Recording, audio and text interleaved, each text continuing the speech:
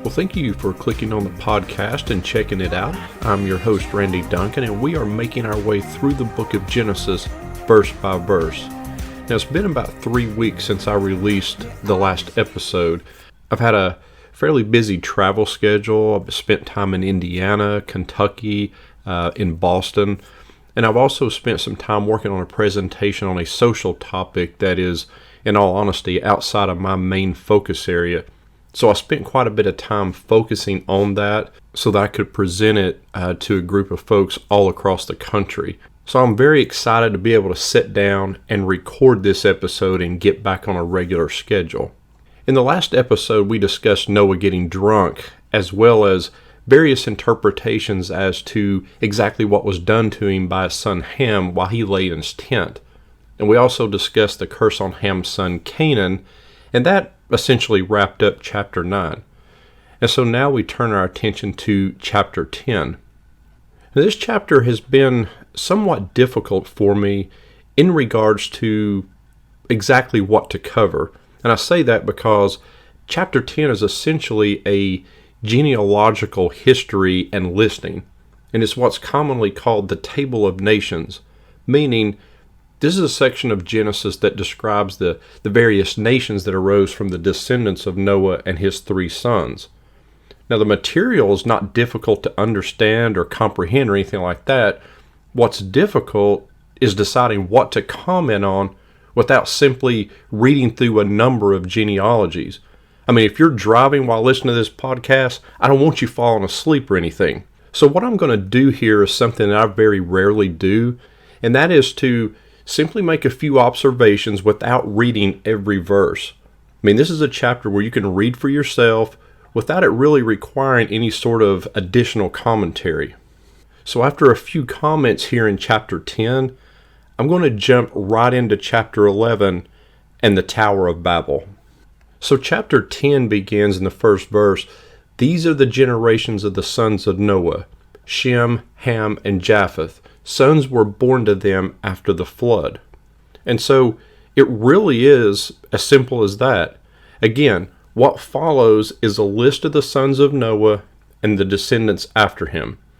And it's referred to as the Table of Nations, since some believe this is where all the nations of the world can trace their beginning.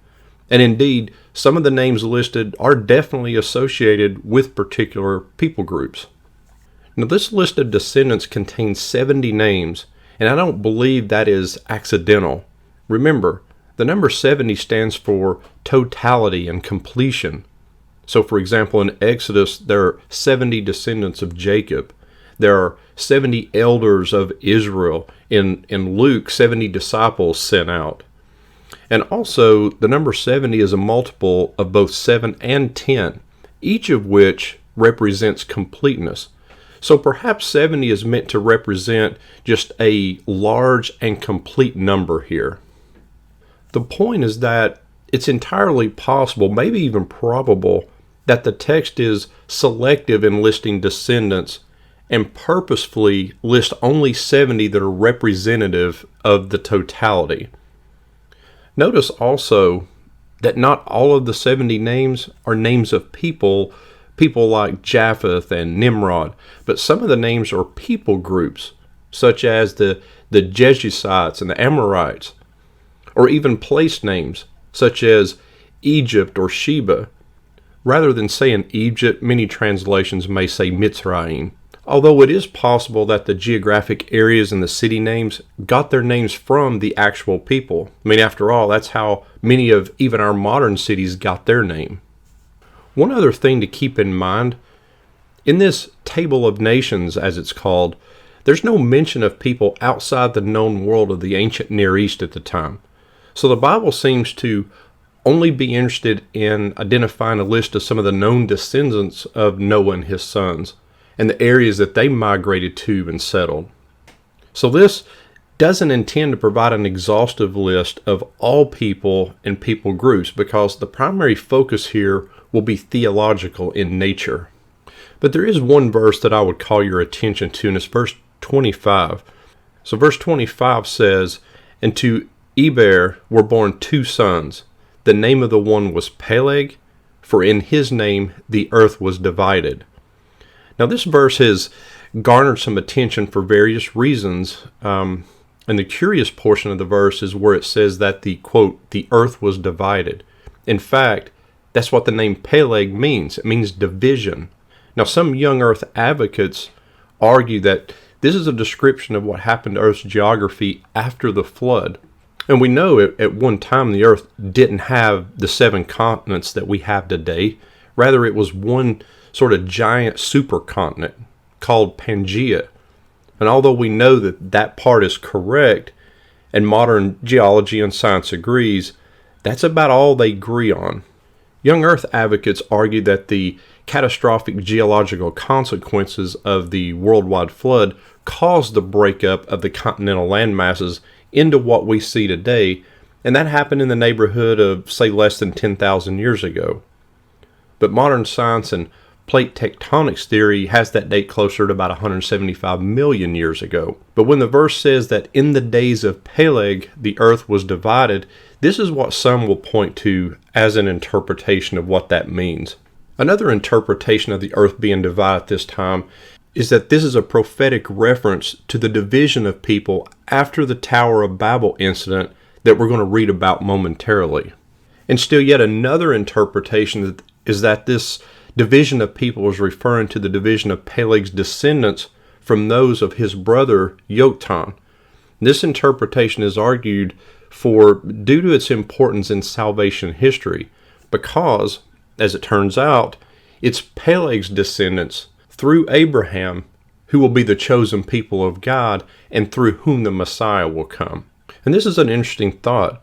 And there are other examples of brothers who go in opposite directions in life. I mean, we've read about Cain and Abel. One walks with God, the other not so much. Then you had Isaac and Ishmael. And here we see the division of 2 brothers, one of which is the father of the line which will usher in the promised seed of the woman prophesied back in Genesis 3:15, the Mashiach Nagid, the Messiah the King, of course a reference to Jesus Christ. And the last verse in chapter 10, verse 32 reads, that these are the clans of the sons of Noah, according to their genealogies, in their nations, and from these the nations spread abroad on the earth after the flood. But let me finish out chapter 10 here with one interesting observation. In the list of 70 descendants, the table of nations, there's no mention of Israel. In fact, think all the way back to Genesis chapter 1, verse 1. There has not been a single mention of Israelites or Hebrews or Jews yet. I mean, there was a world of people before Abraham gets called. And this chapter once again affirms that God is the God of all people. It represents all nations as one blood, and that they multiply under God's blessing. I mean, sure, God's going to call Abraham, and the Israelites will be God's chosen people to bring truth to the world and share His word. But Deuteronomy 32:8 tells us, when the Most High gave to the nations their inheritance, when He divided mankind, He fixed the borders of the peoples according to the number of the sons of God. Also, Acts 17:26 tells us, and He made from one man every nation of mankind to live on all the face of the earth, having determined allotted periods and the boundaries of their dwelling place. I mean, have you ever wondered why you were born in this particular era? I mean, why were you born now rather than, say, during the Middle Ages or the 1700s or during the Civil War? Well, we just read Acts 17:26 that tells us that God determined where and when you would be born. But just as importantly, the very next 2 verses continue teaching us that they should seek God and perhaps feel their way toward Him and finding. Yet He is actually not far from each one of us. For in Him we live and move and have our being. You see, God has a reason for you being here right now and not during some other era. I mean, perhaps God knew that this would be the era in which you would be most receptive and most responsive to His calling of you. I mean, maybe He placed you in the best possible situation for you to respond to His Holy Spirit, prompting you to seek God and to get to know Him. So if you feel God reaching out to you, don't extinguish that prompting. Don't ignore it. Don't put it off. Don't rationalize or make up some excuse, because the more often you do that, the more callous your heart will become. The more numb you will become over time, and the less sensitive you'll be to God's call. Don't wait until tomorrow or next week. You may not have a tomorrow or a next week. And with that, we're going to move right into chapter 11. Chapter 11, verses 1 and 2 read, "Now the whole earth had one language and the same words. And as people migrated from the east, they found a plain in the land of Shinar and settled there." Remember our discussion regarding the whole earth being flooded, and that the Hebrew word for earth often has different meanings depending on the context? Now, this may have meant the whole known world at the time, or the people confined to this land. We just need to be mindful that this is a possibility. But the image here is that the people are united. They spoke the same language. They're united by a common language and a common vocabulary. And it's interesting that they're moving eastward. When Adam and Eve are sent out of the garden, a guard was set east of Eden. Cain was banished, figuratively speaking, from God's presence where? To the east. And still here, what direction are people traveling? Eastward. And they settle in a place called Shinar. Shinar is essentially Mesopotamia, and it's associated with Babylon. And it's also interesting that they settled there. I mean, what was God's command back in chapter 9, verse 1? It was to fill the earth. But let's move to verse 3. "And they said to one another, 'Come, let us make bricks and burn them thoroughly.' And they had brick for stone and bitumen for mortar." So the people began building. If you ever wonder why the Bible mentions that they would say, let us make bricks and burn or bake them thoroughly, here's an interesting little tidbit for you. The building materials in Mesopotamia were different from those in Israel or Egypt. In those lands, stone was readily available, and so there was no need to make bricks. People just used stones for the foundations, and then they used mud bricks for the main structure. So this sort of burnt brick technology was never developed there because it was not necessary. But in southern Mesopotamia, stones were not really available. To use them, they had to be transported over great distances, which was obviously very expensive. But the combination of this kiln-fired brick along with bitumen made for waterproof buildings that were just as sturdy as stone. But verse 4 is where we begin to talk about the Tower of Babel. So verse 4 reads, "Then they said, 'Come, let us build ourselves a city and a tower with its top in the heavens, and let us make a name for ourselves, lest we be dispersed over the whole face of the earth.'" And here, like I said, we get to the crux of the problem. Let us build a city, make a name for ourselves, lest what? Lest we be scattered over all the earth. What was God's direction again? Back in chapter 9, verse 1, it was to fill the earth. So here again is a people in defiance of God's direction. But we're going to see that that's not their most serious offense. But first, let's talk about what exactly it was that they were building. First of all, many people don't realize that they're not just building a tower, they're building a city too. However, it's the tower, the infamous Tower of Babel, that was their primary offense. Now, regarding the tower itself, well, what exactly was it? I mean, some people just read this verse and they come to the conclusion that these people must have been at least somewhat ignorant to think that they could build a tower that would, quote, reach into heaven. But don't think for a minute these people were ignorant like that. Far from it.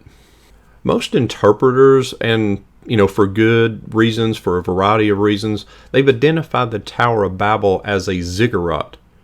Now you may be asking yourself, well, what in the world is a ziggurat? Well, don't be thinking these people were ignorant. They were building ziggurats. And here we are thousands of years later, and you still don't even know what one is. So think of a ziggurat as resembling a pyramid in shape, except that it had a stairway or a ramp that led to the top. I mean, the best thing to do, honestly, is just simply Google ziggurat. Ziggurat. Just do a Google search and look at some examples. If you've ever been to Cancun and then you've kind of taken the trip and traveled to the Mayan ruins in Chichen Itza, you can see an amazing ziggurat there. So what was the purpose of the ziggurat?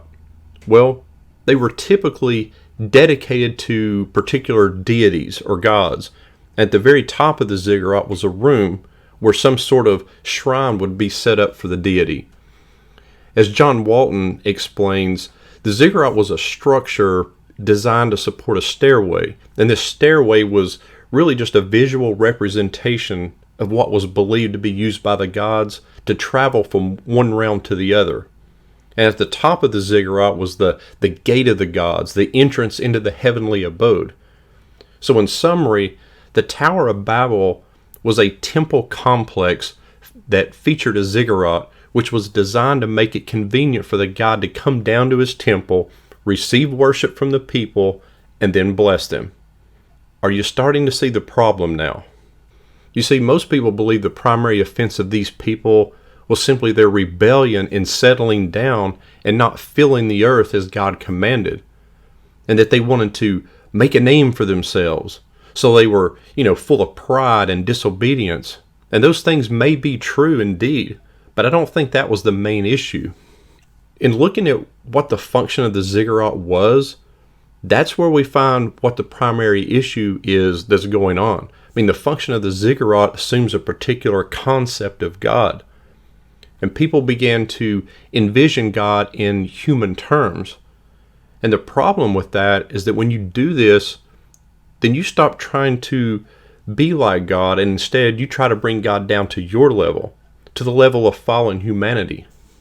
I mean, this is called the anthropomorphization of God, which is simply just a long word that means to try and make something non-human more human-like.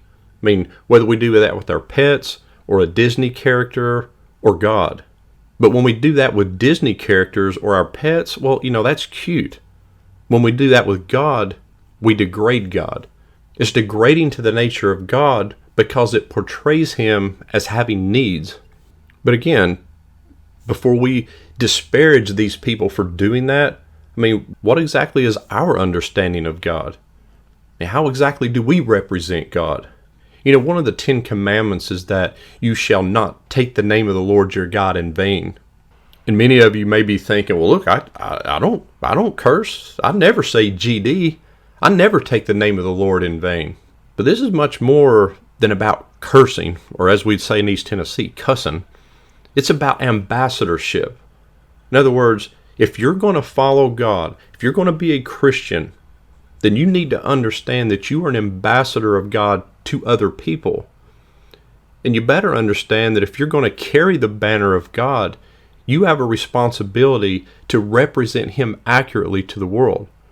You better not do that in vain and misrepresent God to the rest of the world. You better not take his name in vain. You see, where we get that commandment in Exodus 27, there's more that's said after that comma in the sentence or in the verse. The entire verse reads, you shall not take the name of the Lord your God in vain, comma, for the Lord would not hold him guiltless who takes his name in vain. And I think we should focus maybe a little less and emphasize a little less the whole cursing thing. I mean, not that that's a smart idea either, but focus more on how we represent God to a world which so desperately needs him right now. So let's read verses 5 through 9. And the Lord came down to the city and the tower which the children of man had built. And the Lord said, behold, they are one people, and they have all one language, and this is only the beginning of what they will do. And nothing that they propose to do will now be impossible for them. Come, let us go down and there confuse their language, so that they may not understand one another's speech. So the Lord dispersed them from there over the face of all the earth, and they left off building the city. Therefore its name was called Babel, because there the Lord confused the language of all the earth, and from there the Lord dispersed them over the face of all the earth. How ironic that as the people were building the tower, this ziggurat for the gods to descend, that the one true God actually does descend. The problem, though, is that he certainly hasn't descended in order to bless them. Another piece of irony, The people said, "Let us build ourselves a city. Let us build a tower." And here we see God saying, "Let us go down." Which brings up a good question. I mean, some people have speculated who exactly is us that God's referring to and God's speaking to here. I mean, is God speaking to some angels, some of the heavenly host, or is this yet another reference to the Trinity, the Father, the Son, and the Holy Spirit? You know, and I've always been fascinated by verse 6, especially when people say that they'll never be able to do this, or mankind will never be able to do that, or that's impossible. And so, like, for example, some of the things that transhumanists believe, you know, some people chalk it up as fairy tales, all of it. And also some of the advances in technology and medicine or genetic engineering, and the list goes on and on. Many of these things are, or at least were, thought at one time to be impossible. But what does God say here in verse 6? He says, "Behold, they are one people, and they have all one language. And this is only the beginning of what they will do, and nothing that they propose to do will now be impossible for them." It literally means that all they plan to do will not be withheld from them.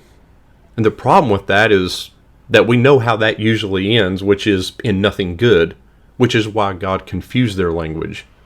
And not being able to understand one another, the building project is terminated and the people are dispersed over all the earth. You know, it's interesting here that we see God confusing the languages.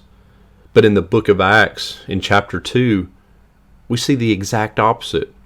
Because there, at Pentecost, we see the Holy Spirit of God allow people who spoke different languages to understand each other.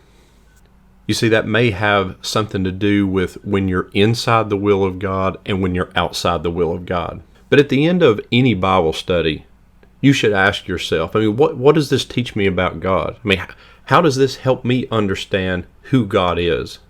Well, one of the things I take out of this is, look, in the end, despite humanity's rebellion, ignorance, and pride, God's sovereign plan will be brought about. You know, I'm reminded of Isaiah 55:11, where God says, "So shall my word be that goes out from my mouth. It shall not return to me empty, but it shall accomplish that which I purpose, and shall succeed in the thing for which I sent it." In the end here, we're left with humanity having lost any sense of who God actually is. And because they have now such a distorted concept of God, God will step in and reveal himself anew. And this new revelation will begin with God's call of Abraham, which we will discuss in the next episode. As always, thank you so much for listening. I'll see you next week, and God bless.